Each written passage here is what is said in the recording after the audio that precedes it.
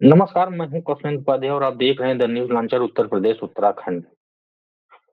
उत्तर प्रदेश में बहुजन समाज पार्टी की स्थिति क्या है? अब ये डर बसपा सुप्रीमो मायावती को सताने लगा है। ताजा मामला उत्तर प्रदेश में लोकसभा में चुनाव हुए, विधानसभा का चुनाव हुआ, 2022 में हुआ विधानसभा का और 2024 में अभी हाल ही में लोकसभा का चुनाव हुआ और जो वोट परसेंटेज गिरा है बीएसपी का, अब वो उनके लिए चिंता का विषय बन गया है। अब उसको लेके मायावती एकदम बौखला गई हैं और यही नहीं, सत्ता पक्ष के साथ साथ अब समाजवादी पार्टी और कांग्रेस पर भी हमलावर हो गई। और यही नहीं, अब वो बांग्लादेश में जो हिंदू हैं, जो दलित हैं, उनको लेके अब चिल्लाने शुरू कर दिया है। और इसका आरोप सीधा किसको दिया है? जो दलित सांसद हैं अन्य पार्टियों के। सरकार केंद्र में बीजेपी की है, नरेंद्र मोदी प्रधानमंत्री हैं और उत्तर प्रदेश में मुख्यमंत्री योगी आदित्यनाथ हैं, यहाँ भी बीजेपी की सरकार है। लेकिन बीएसपी सुप्रीमो मायावती अधिकतर जब हमलावर होती हैं तो सिर्फ समाजवादी पार्टी और कांग्रेस विपक्ष को ही घेरती हैं। ये 2014 से लगातार ये मुद्दा बना हुआ है। 2014 के बाद जब से केंद्र में भारतीय जनता पार्टी की सरकार बनी, आप उठा के देख लीजिए कि बीएसपी सुप्रीमो मायावती हमेशा जब हमलावर हुई हैं तो समाजवादी पार्टी और कांग्रेस पर ही हुई।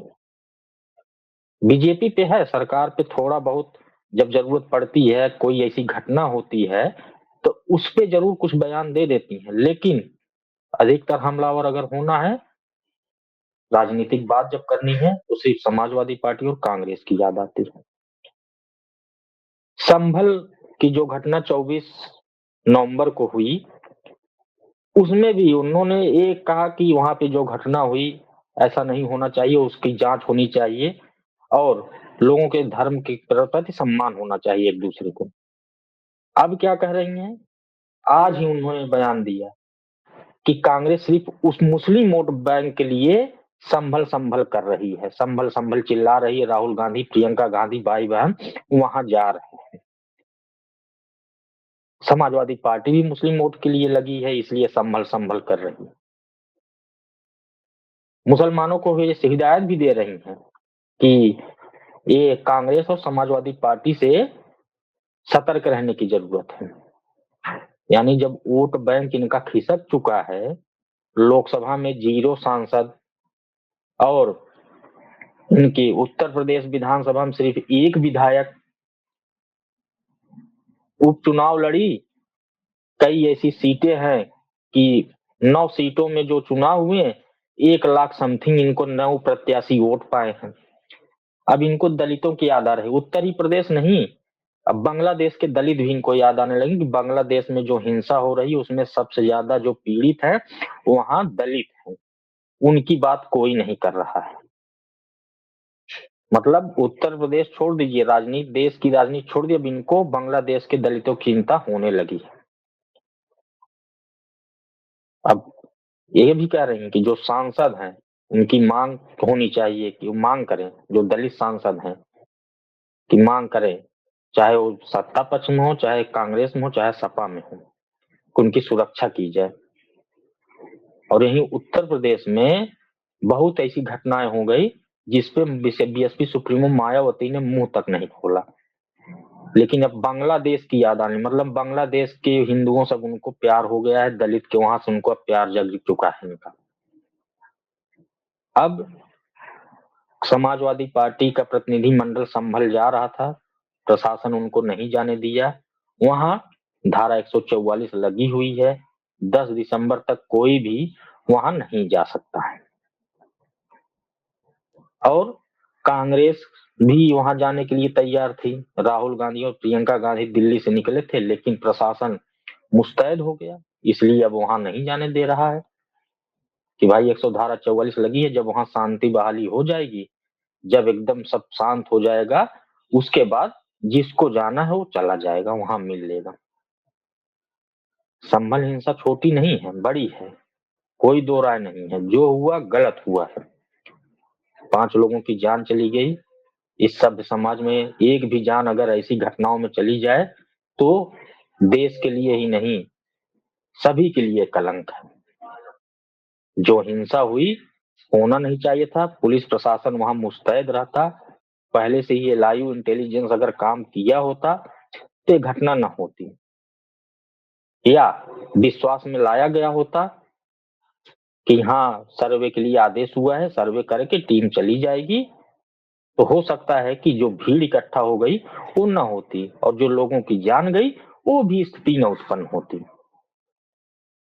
लेकिन राजनीति वहां पे शुरू किसने की, ये सबसे बड़ा सवाल है। अब उसी को मुद्दा बनाया जा रहा है। समाजवादी पार्टी के राष्ट्रीय अध्यक्ष अखिलेश यादव ने तो 5-5 लाख रुपए मुआवजे का ऐलान भी कर दिया कि हमारी हमारी पार्टी की तरफ से जो मृतक हैं उनके परिजनों को 5-5 लाख रुपए देंगे।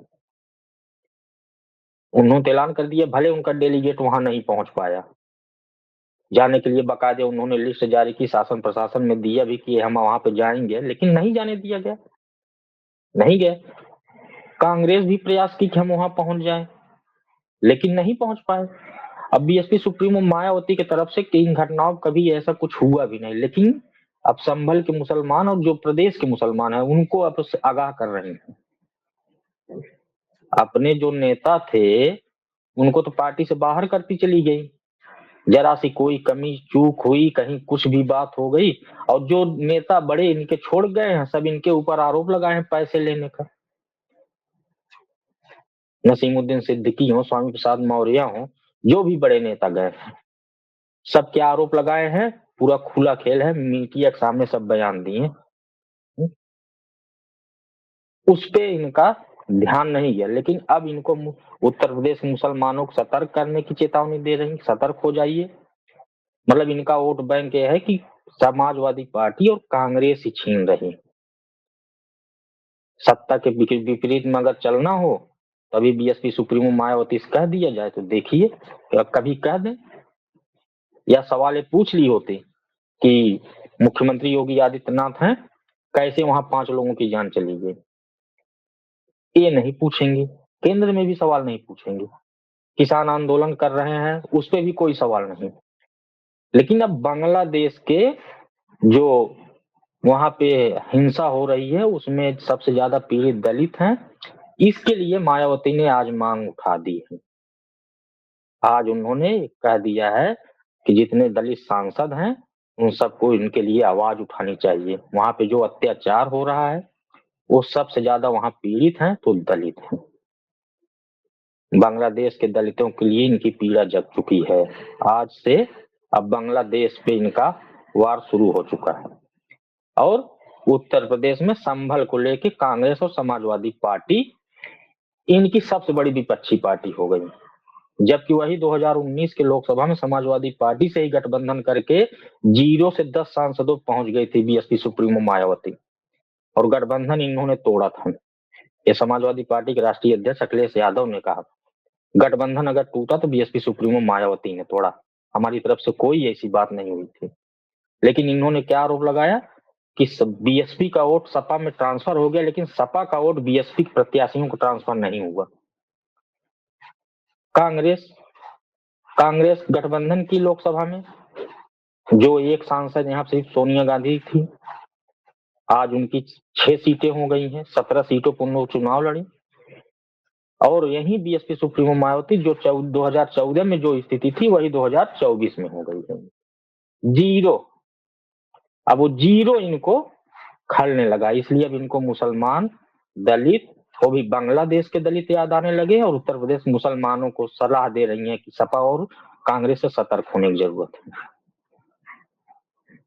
राजनीति में पहले तो था कि सत्ता और विपक्ष की बात होती थी, लेकिन यहाँ विपक्ष और विपक्ष में ही लड़ाई शुरू हो गई। अब बीएसपी सुप्रीमो मायावती क्या बांग्लादेश के दलितों के सहारे उत्तर प्रदेश में चुनाव लड़ेंगी, मुसलमानों के सहारे, संभल की घटना के सहारे चुनाव लड़ेंगी? ये तो आने वाला वक्त बताएगा कि इनके साथ कौन खड़ा होता है। 2027 में इलेक्शन है, और जिस तरह से ग्राफ गिरा है 2027 में क्या हाल होगा ये तो आने वाला वक्त ही बताएगा। बहरहाल आरोप प्रत्यारोप सिर्फ विपक्ष आपस में लड़ रहा है और इसमें सबसे बड़ा फायदा अगर हो रहा है तो भारतीय जनता पार्टी अपना शांत होकर बैठी हुई है कि हाँ ठीक है, जब विपक्ष ही लड़ रहा है तो हमें लड़ने की क्या जरूरत है। बहरहाल दीजिए इजाजत, नमस्कार।